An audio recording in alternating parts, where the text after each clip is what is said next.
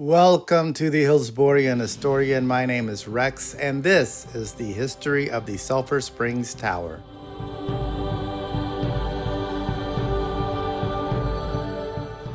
During the Florida land boom of the 1920s, Josiah Richardson is developing the Sulphur Springs area. He needs a water supply for the area and in 1927 commissions the Sulphur Springs Water Tower.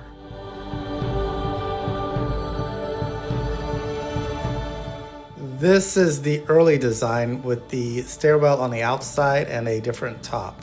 So it is redesigned, the stairwell is on the inside and there's more of a Gothic battlement element to the top.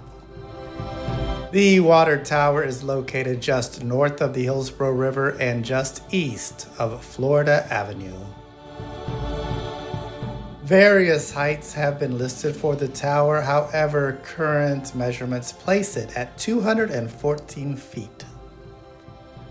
In its early days, the tower had a revolving searchlight on top of it.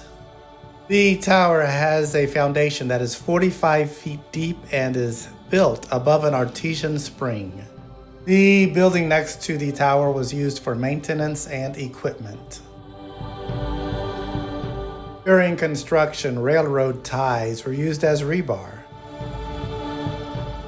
In 1933, there was a severe flood which caused much damage to Josiah Richardson's holdings. Josiah Richardson was heavily mortgaged and lost everything. Josiah Richardson would go on to have many more adventures in his life. He died at the age of 84 in 1956, and his daughter sprinkled his ashes at the Sulphur Springs Tower. The tower would supply water to the area until 1971.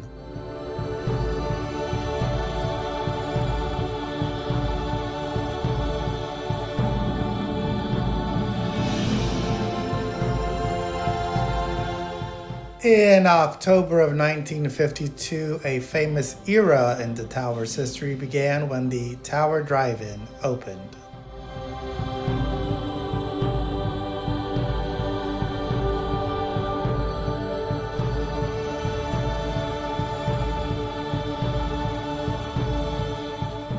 There was a lot of fun times, of course, and look at this fancy neon sign.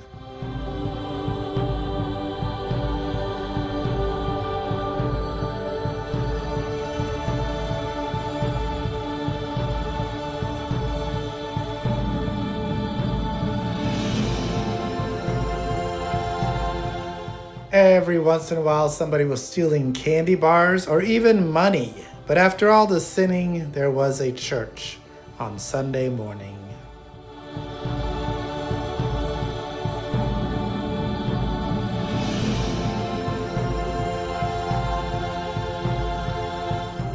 These are members of a ham radio club in the 1960s.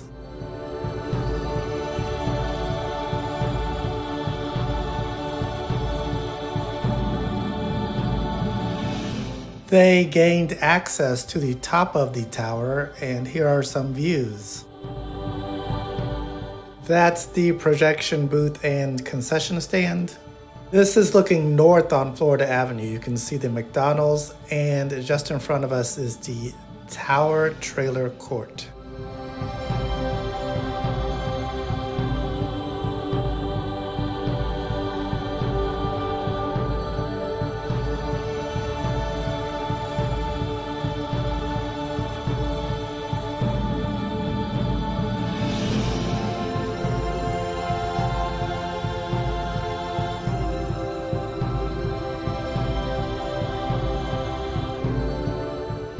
It's hard to imagine the number of movies that were shown at the Tower Drive-In.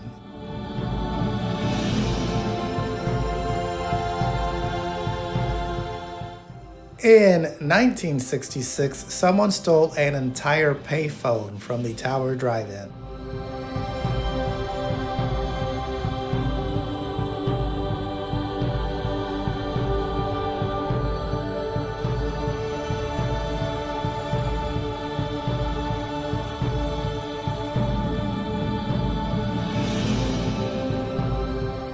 In 1968, Kmart opened up across the street from the tower. This 1971 article makes it clear that the light on top of the tower had been removed.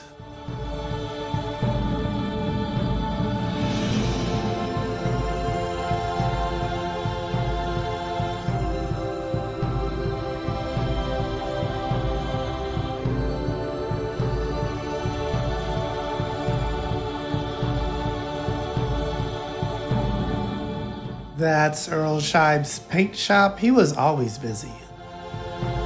In 1978, a couple of more guys made it to the top of the tower, and here are some pictures they took.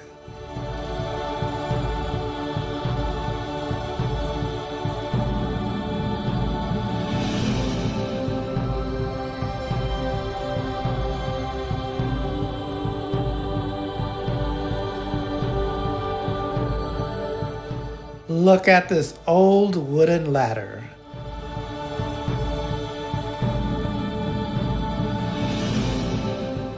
Here we can see ABC Liquors, a more modern McDonald's, and Cook's department store.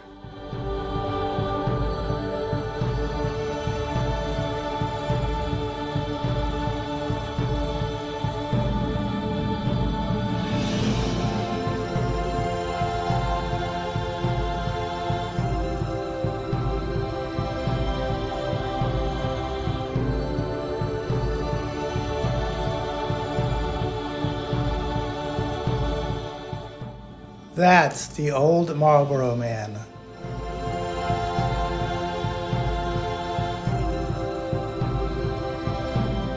Here's a great view of the screen with the dog track in the background.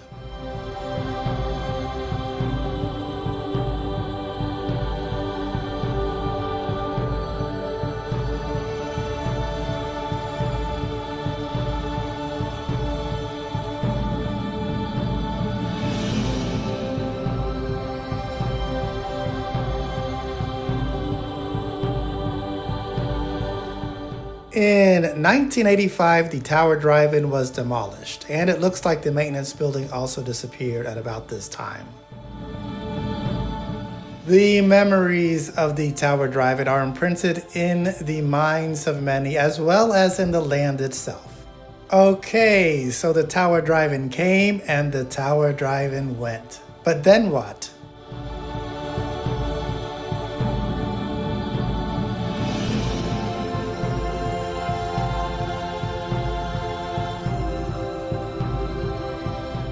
In 1985, the future of the tower caused a lot of concern, with some worrying that it might be destroyed.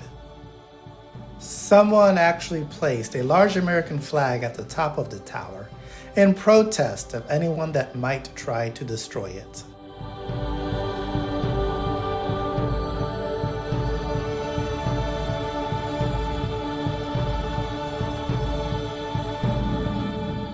It is soon learned that a developer is planning an office and hotel complex that would surround the tower.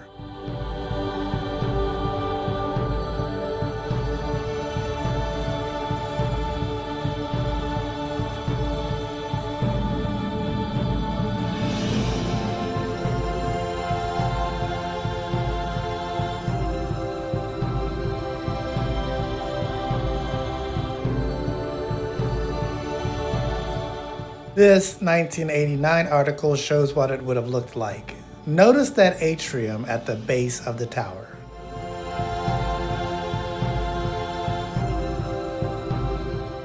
That atrium will become an issue because the tower in 1989 is slated to become a historical landmark.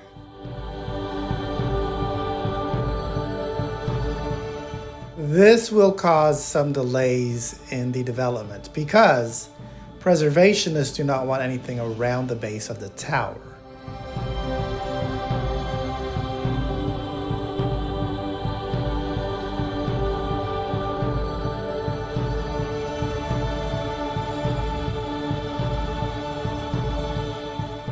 The debate between preservation and development will go back and forth. The atrium is eventually approved just in time for the developer to put his project on hold. What wasn't on hold was teenagers climbing to the top of the tower. But in 1990, when a couple of kids tried this, the ladder broke.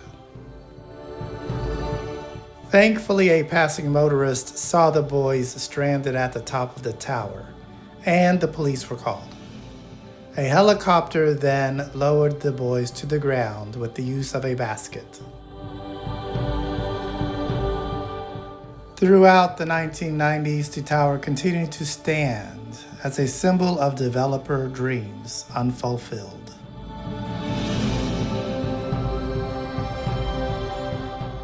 In 2000, the city of Tampa was negotiating to buy the water tower site. However, at this same time, Walgreens was trying to place a store at the location. Many wanted the botanical gardens, not a Walgreens at that site. There was much protest, and then Walgreens backed out of its project. The Save Our Tower group continued to raise awareness as to the fate of the Sulphur Springs Tower. Negotiations between the landowner and the city will go back and forth. In late 2001, a deal was finally struck for the city to buy the Sulphur Springs Tower land. At long last, the area was slated to become a park.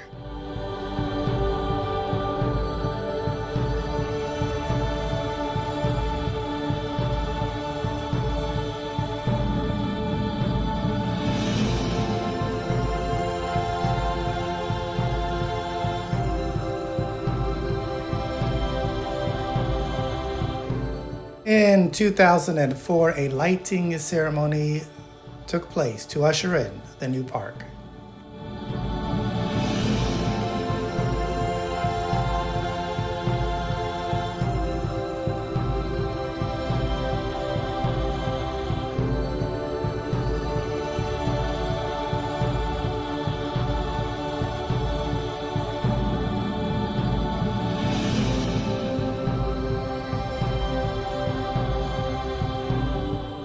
In 2005, the McDonald's was slated for demolition, and there would be a new one built with an homage to the iconic tower.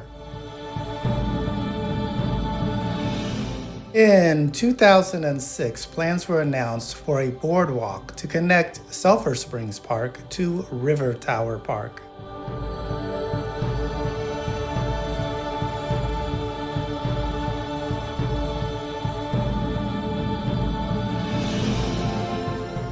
At the time of this recording, the tower is nearing its centennial, and it will continue to stand as a symbol of both dreaming and persevering.